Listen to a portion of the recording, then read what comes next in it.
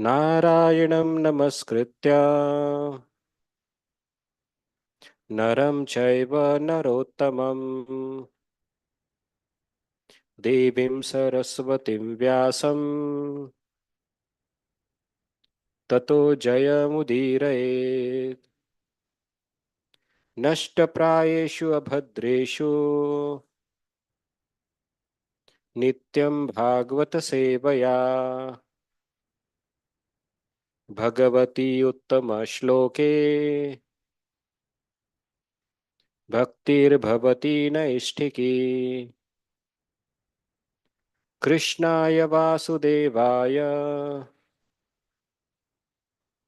देवकी नंदनाय च नंदगोपकुमाराय गोविंदाय नमो नमः. So reading from Shrimad Bhagavatam, Canto 6, Chapter 11, entitled The Transcendental Qualities of Vritrasur. Text 25. न नाकपृष्ठं न च पारमेष्ठ्यं न सार्वभौमं न रसाधिपत्यम् न योगसिद्धिरपुनर्भवन् वा समञ्जसत्वा विरहय्यकाङ्क्षे. न नाकपृष्ठं न च पारमेष्ठ्यं न सार्वभौमं न रसाधिपत्यम् न योगसिद्धिरपुनर्भवं वा समञ्जस्त्वां विरहय्यकाङ्क्षे. न नाकपृष्ठं न च पारमेष्ठ्यं न सार्वभौमं न रसाधिपत्यम् न योगसिद्धिरपुनर्भवं वा समञ्जसा त्वा विरहय्यकाङ्क्षे.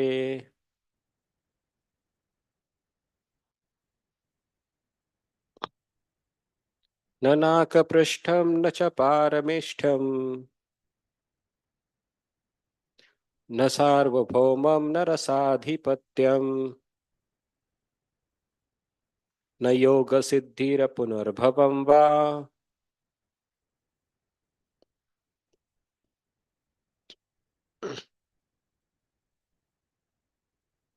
न नाकपृष्ठं न च पारमेष्ठ्यं रसाधिपत्यम् न योगसिद्धिमपुनर्भवं वा समञ्जस्त्वा विरह्यकाङ्क्षे. माताजी लोक.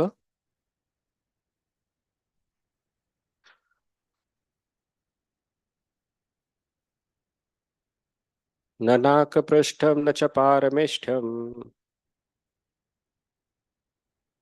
न सार्वभौमं च रसाधिपत्यम्.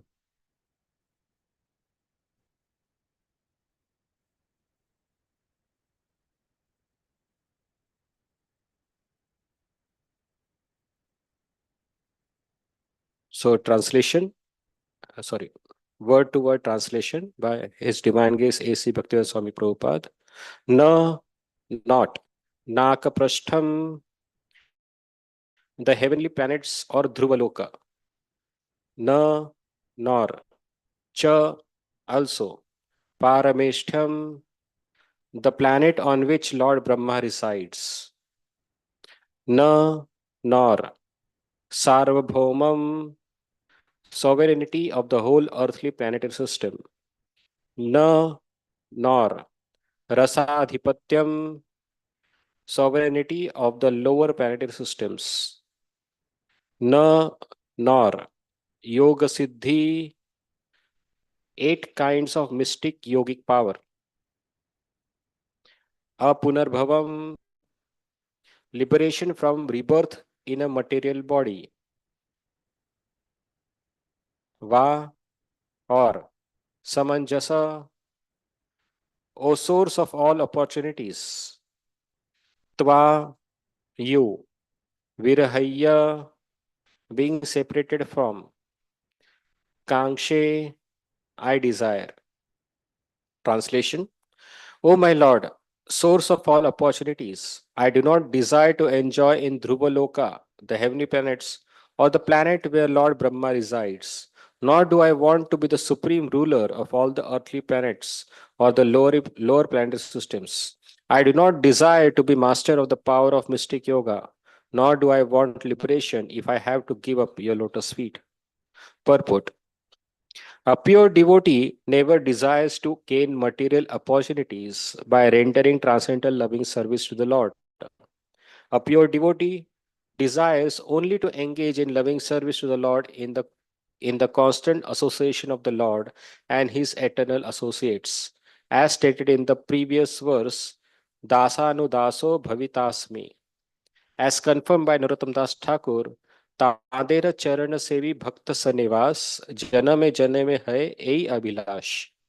To serve the Lord and the servants of his servants in the association of devotees is the only objective of a pure unalloyed devotee. ॐ अज्ञानतिमिरन्धस्य ज्ञानाञ्जनशलाकया चक्षुरुन्मिलितं येन तस्मै श्रीगुरुवे नमः. श्रीचैतन्यमनोभीष्टं स्थापितं येन भूतले स्वयं रूप कदा मह्यं ददाति स्वपदान्तिकम्. वन्देऽहं श्रीगुरो श्रीयुतापदकमलं श्रीगुरून् वैष्णवांश्च श्रीरूपं साग्रजातं सहगण रघुनाथान्वितं तं सजीवं साद्वैतं सावधूतं परिजनासहितं कृष्णचैतन्यदेवं Shri Radha कृष्णपदान् सहगण Lalita श्रीविशाखान्वितांश्च.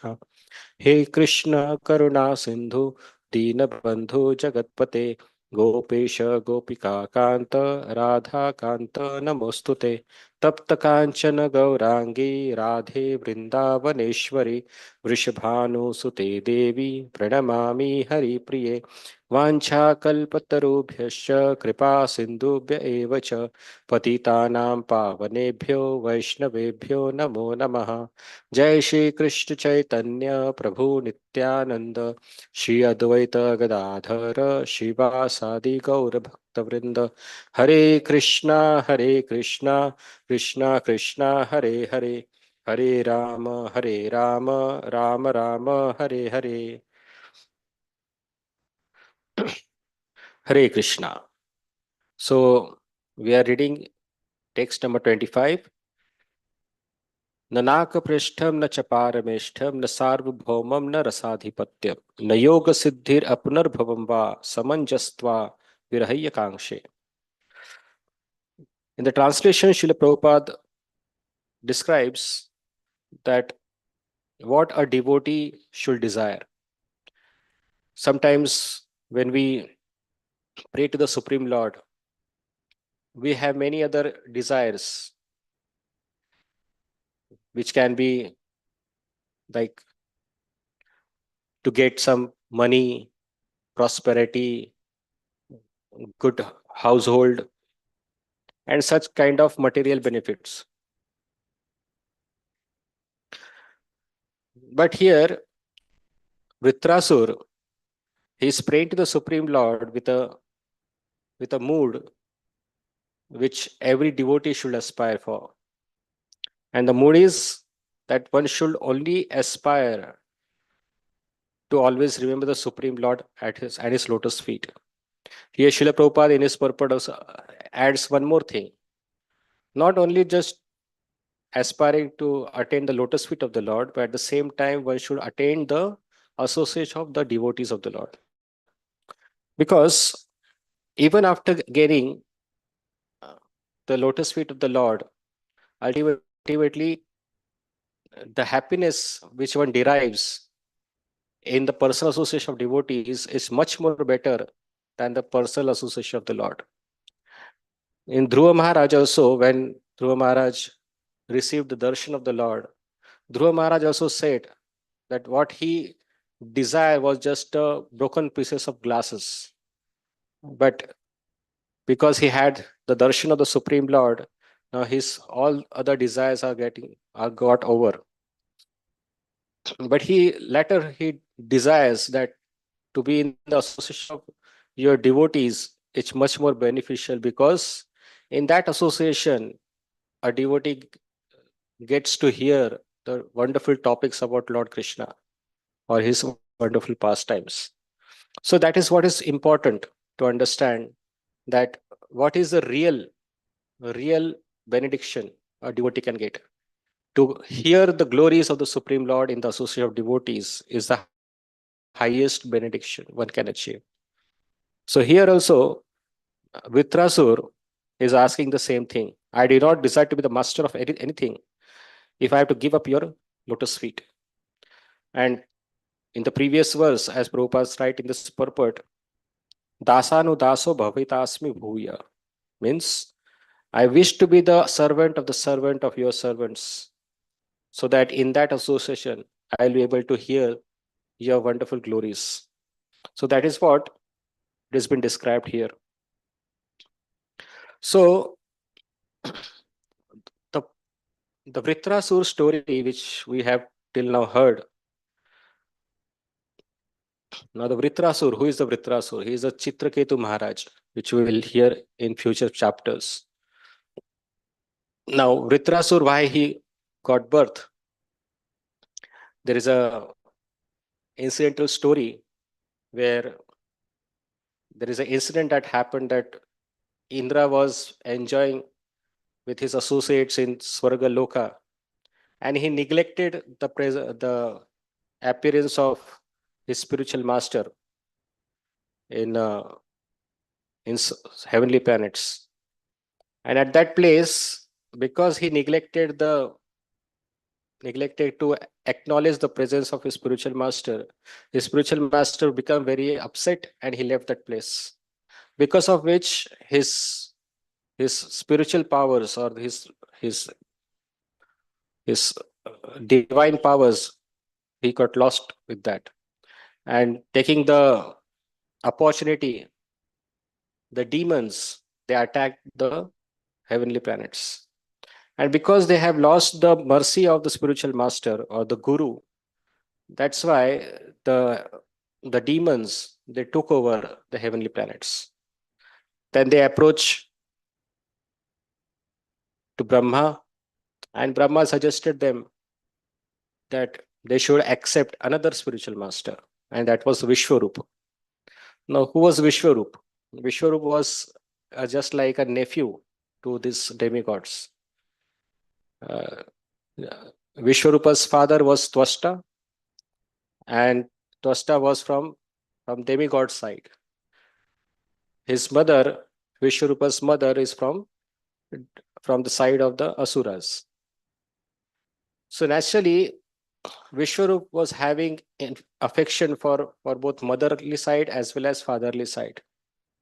So when demigods came to Vishwarupa, and Vishwarupa accepted the proposal to become the guru of demigods, he was naturally having an inclination for Asura sides also.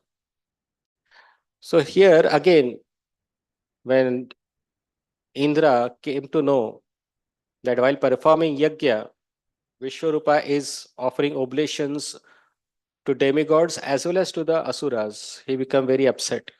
And he thought, what kind of person is this? He's is making use of demigods' resources and benefiting the asuras.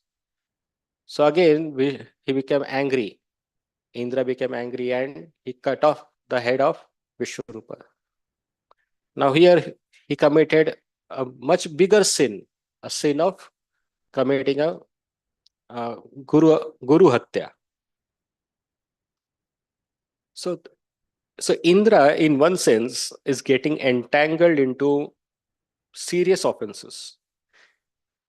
Initially, Indra committed an offense of neglect, and because of that offense, the future offense he has committed is that he killed his own guru.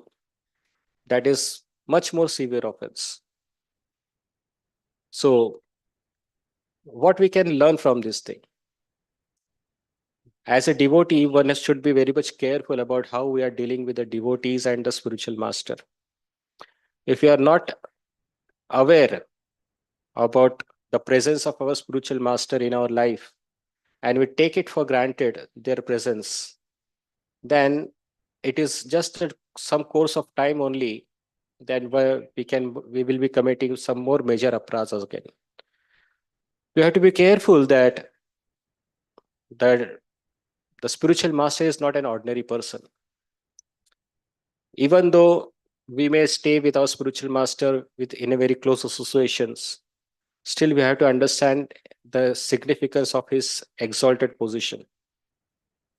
Failing to understand that just like Indra, he became negligent to offer proper respect. Similarly, we may also do the same mistake, and one mistake can lead to another mistake.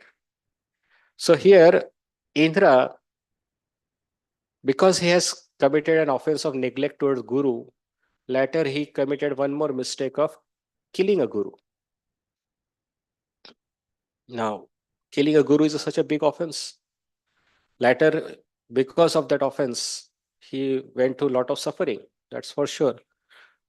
But what happened next?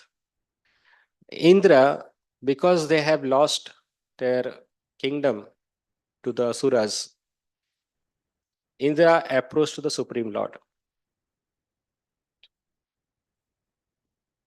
Now, this is one of the recurring point in the course of Puranical history, that whenever Indra is in trouble, he approaches the Supreme Lord for protection, which is very good in one sense that whenever we have some trouble, we should approach the Supreme Lord for protection. That's true. But what happens if somebody time and again do the same mistakes again and again and not learning from that mistakes and take the help of the Supreme Lord for granted? Then what Supreme Lord supposed to do? Then the Supreme Lord, he punishes such erring student in such a way that he will realize the importance of having that opulence. Just like when we when parents give children anything very easily, then the children doesn't uh, accept, or children doesn't take care of those things properly. But if you ask the children to earn that thing, earn that thing with his own let's say study or good marks, and after earning with proper hard work, then he realizes the importance of that object and takes proper care of it. He understands its value. So similarly, the Supreme Lord also do the same thing. What Supreme Lord does? Because Indra is not understanding the significance or importance of uh, the position he's having, and he's doing the same mistake again and again. Rather than helping the Indra directly, the Supreme Lord asks Indra to go and take help from Dadichi Rishi. And even the background of Dadichi Rishi, as we know, that Dadichi and Indra were not in good terms with each other, because Indra once threatened to kill Dadichi if if Dadichi gives Brahma Vidya to Ashwini Kumaras. So here again, Indra is showing a tendency of a bossing nature, and trying to threaten the Rishi by killing him. So such kind of behavior is not acceptable for a person who is in a highest position of highest position of uh, administrative head. So one must be careful about how we behave with others. We may not know that how the situation will turn around, and we have to bow down to the same person which we generally hate. So we have to be very careful about the situation which we are in, and be careful about how we deal with other people. So here also, Indra was being directed by the Supreme Lord to approach Dadichi to prepare Vajrastra. Now, this Vajrastra is prepared from the bones of Dadichi Rishi, for which Indra has to beg in front of Dadichi. Now, just imagine you are not in good terms with somebody, and you have to go and beg in front of him. So, what will be the embarrassing thing for that person? So, Indra was being so embarrassed to approach Dadichi Rishi that even after being so embarrassed, he still bowed down in front of him, prayed to him, requested him that please die so that we can get your bones. So here again, we understand one good quality of Indra, and that is that Indra is ready to bow down himself for a higher cause, which is a good quality in him. Even though he commits many mistakes in his acts, but still he follows the instruction of the Supreme Lord without arguing. He just follows it. That is what a good quality of we see in Indra. And that we must also learn that even after committing mistakes, we must try to learn that whenever superiors give us some instructions, we must follow it without getting embarrassed, without thinking that, oh, what other people will think. They don't know what my position is. So even after you may be in very big and exalted position, still, if your authorities want to bow down in front of us, some junior in front of you, one should be ready to do that also. So Indra have that good quality. And one more quality which Indra is having is that he commits mistakes. But after committing that mistake, when he realizes that I have committed a mistake, he begs for forgiveness also. So that is one of the one of the major quality a devotee should imbibe.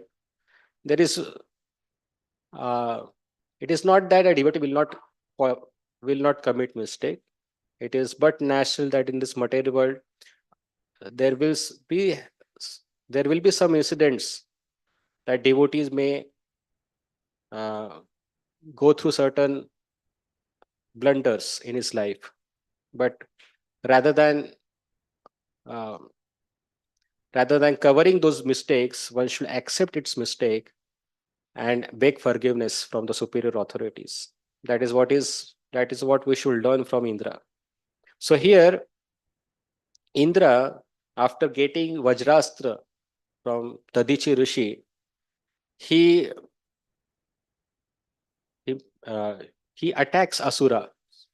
Now, in that war against Asuras, Vritrasur was leading them, but initially the demigods were they appears to be so powerful that all the Asuras were fleeing away.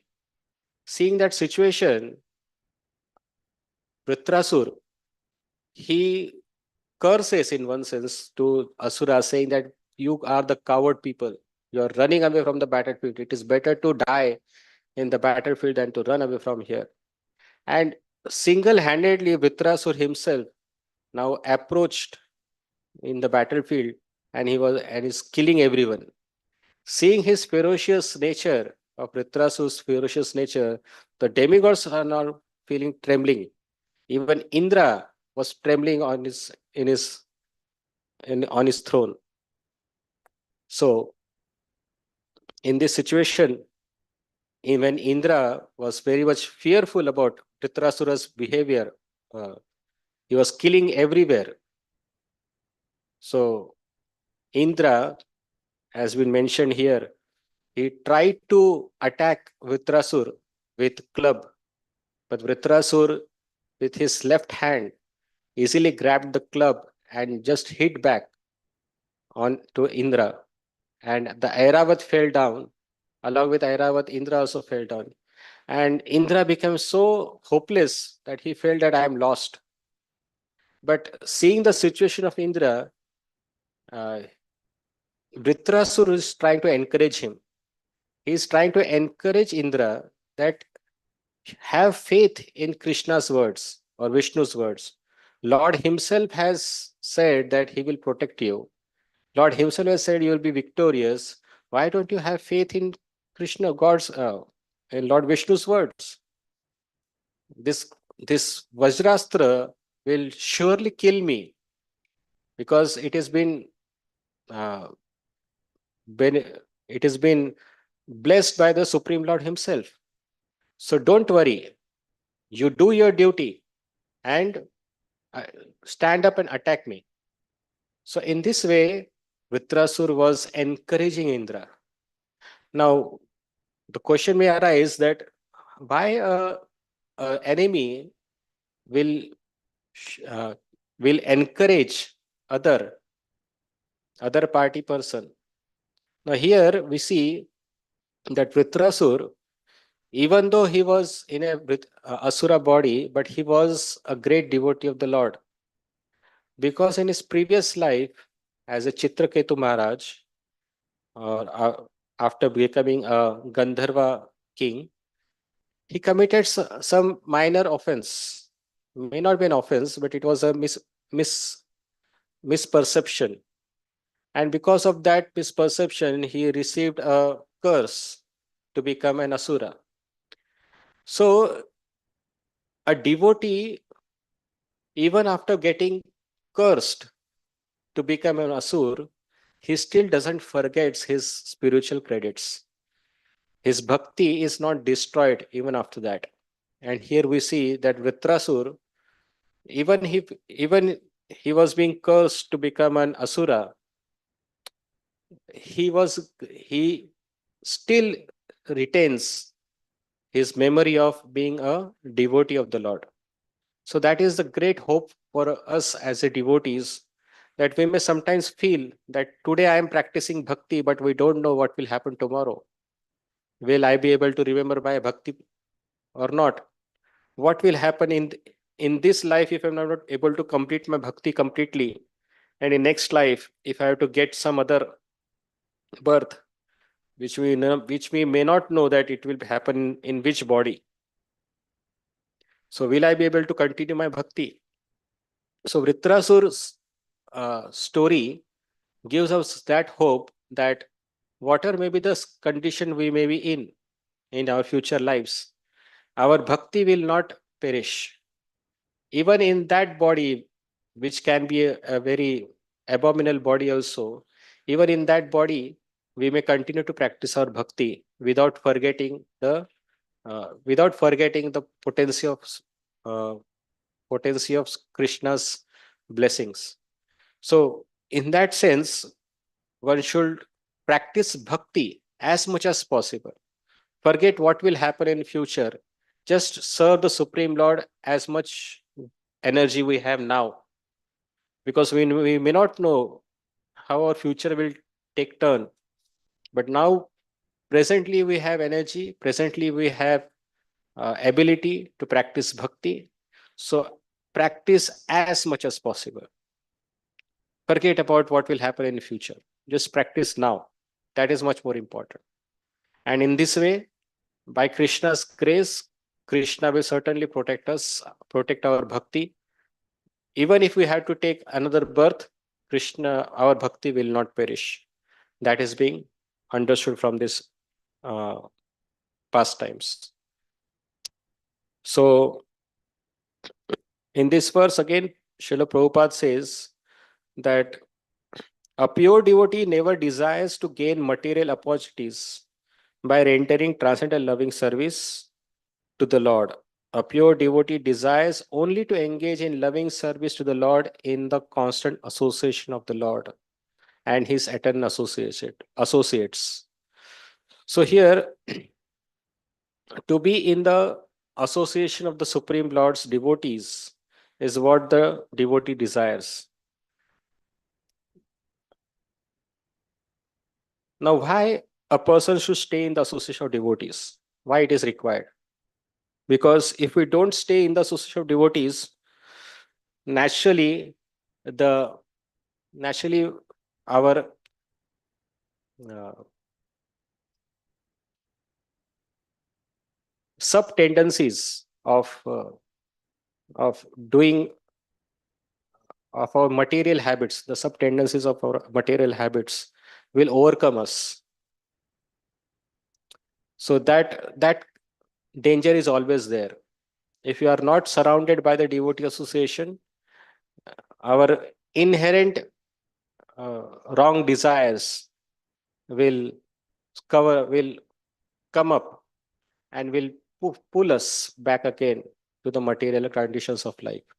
So it is always required that a devotee may stay in the association of devotees, because in that association only one will get strength to practice bhakti.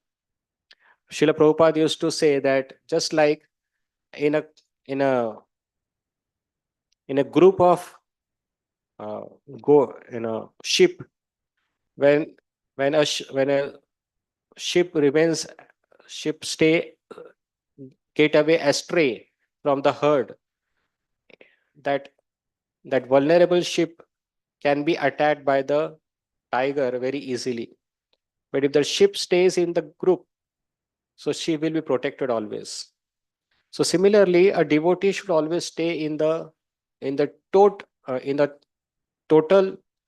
close group of the devotees. He should not stay or uh, go astray from the association of devotees. Otherwise, the Maya can attack anytime, and we may not never understand that how we have lost the track from devotional life. So as a practicing devotee, we should never think that now I have become such a advanced devotee after so many years. Now I have no fear from Maya. We should not think in that way. Maya can attack us at any time, and and she attacks at that time when we are least protected. So Maya will always try to take us away from the devotee association. She will always try to do that. And the best way is to have a conflicts among the devotees. And the devotees start thinking that I don't need the association. I am better alone. I will practice my sadhana alone. It is much better to be practice bhakti alone. There is no need for me to be in the devotees association. So in this way, Maya will try to first ensnare us and take us away from devotees association. Once I was hearing from Gaur Gopal Prabhu's class, in that he was just sharing his viewpoint, that when he was traveling, when he's traveling and preaching everywhere, he says that I always desire to come back in the society of devotees, because when we go outside for preaching, there is lot of Maya's influence outside. So, but when we come back again in the association of devotees, we feel sheltered, we feel protected, we feel cared for. And that kind of association is always required, because without this kind of association, it is very difficult to sustain in Maya's territory. So better as a preacher, uh, one should go out for preaching, no doubt, but as much as possible, after preaching engagement is over, one should come back again in the devotee association. There is one more analogy given by Prabhupada in Bhagavad Gita about tortoise. Just like a tortoise, he have all his limbs used or engaged when there is no danger. As soon as the tortoise finds danger outside, he retracts all his limbs inside the shell so that he remains protected. So, similarly, a devotee, when he is in the association of devotees, a person, if he is in the association of devotees, he should use all his senses in the service of the Lord. He can be, he can be easily and happily stay in that association. But as soon as a devotee go outside in the Maya territory, he should very sparsely should use his limbs of means the senses, so that he will be protected. One should be very careful. The Maya is very strong outside. One has to understand. So if you don't realize this aspect that how Maya is strong outside, then it is just a matter of time that one can get a hard understanding of it. So yes, Srila Prabhupada here mentions that we should be always aspire be in the association of devotees rather than trying to figure out on our own how I will advance in bhakti. In every case, one must try to be in the devotee association. Srila Prabhupada says this thing here. Again, in the previous verses, there is one more instructions that has been given here is that person who fully surrender at the lotus feet of the Supreme Personality of Godhead and always think of his lotus feet are accepted and recognized by the Lord as his own personal assistant or servant. The Lord never bestow upon such servant the brilliant opulences of the upper, lower, and middle planetary system of this material world. So here Vritrasur says that the Lord never bestows upon such servants the brilliant opulences of this material world. Now here, now Vritrasur as well as Prabhupada will say that sometimes a devotee may ask the Supreme Lord certain benedictions or certain help of, let's say, material prosperity or some material benefits. But so the Supreme Lord doesn't provide these benedictions to them because Lord personally cares for him. Because as soon as one gets some material benefits, there is a tendency that one may get dependent on those material benefits rather than getting uh, surrender or getting dependent on the Supreme Lord. One get attached to those material benefits. So that's why the Supreme Lord, most of the time, to his devotees, even the devotees ask for certain benefits. Even if he asks those benefits for even for the service of the Lord also, the Lord doesn't provide those benefits because there is always a chance that the mind will get distracted out of the devotional service. Here,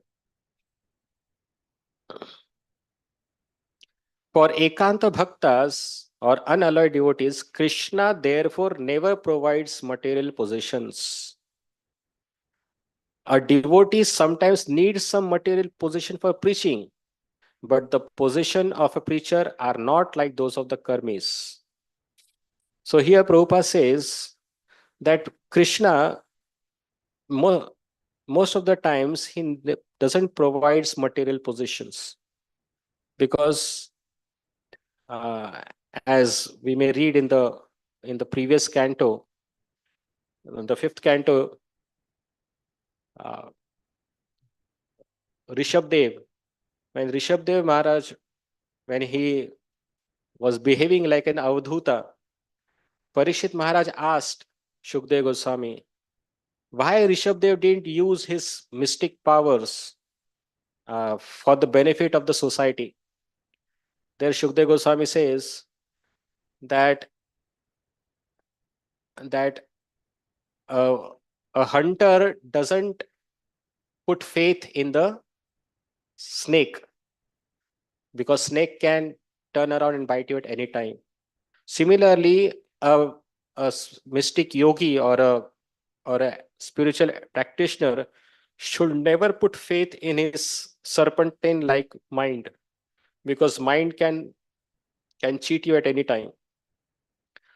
So even if you have material benefits, material power, and even if you think that this material benefit and power I can use in the service of the Supreme Lord, still it is very dangerous to stay in that to have those things, because the mind is not yet purified. So that's why there is one wonderful uh, instruction which I remember, that sometimes as a devotee, as a practicing devotee, we may use the concept of yukta vairagya. Yukta vairagya means using everything in the service of the Lord, using everything, just like even a mobile or laptop or whatever it may be, in the service of the Supreme Lord in the preaching activity, which is very good. It is the Yukta Vairagya principle is there. But before having the Yukta Vairagya principle, one must have Vairagya. Otherwise, that in the name of Yukta Vairagya, we may become attached to those benefits.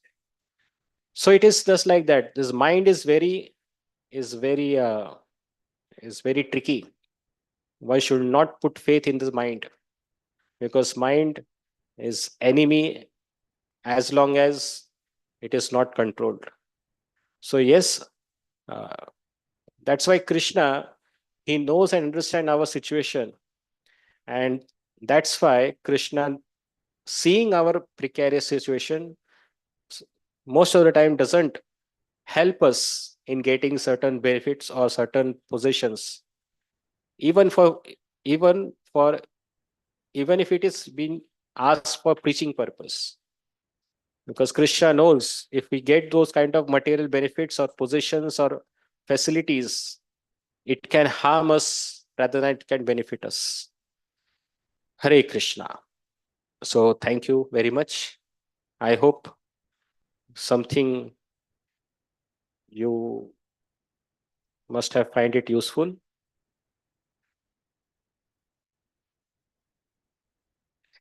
Okay. So thank you very much. Hare Krishna. Shrimad Bhagavat Mahapuran की जय, श्रील प्रभुपाद की जय। हरे कृष्ण।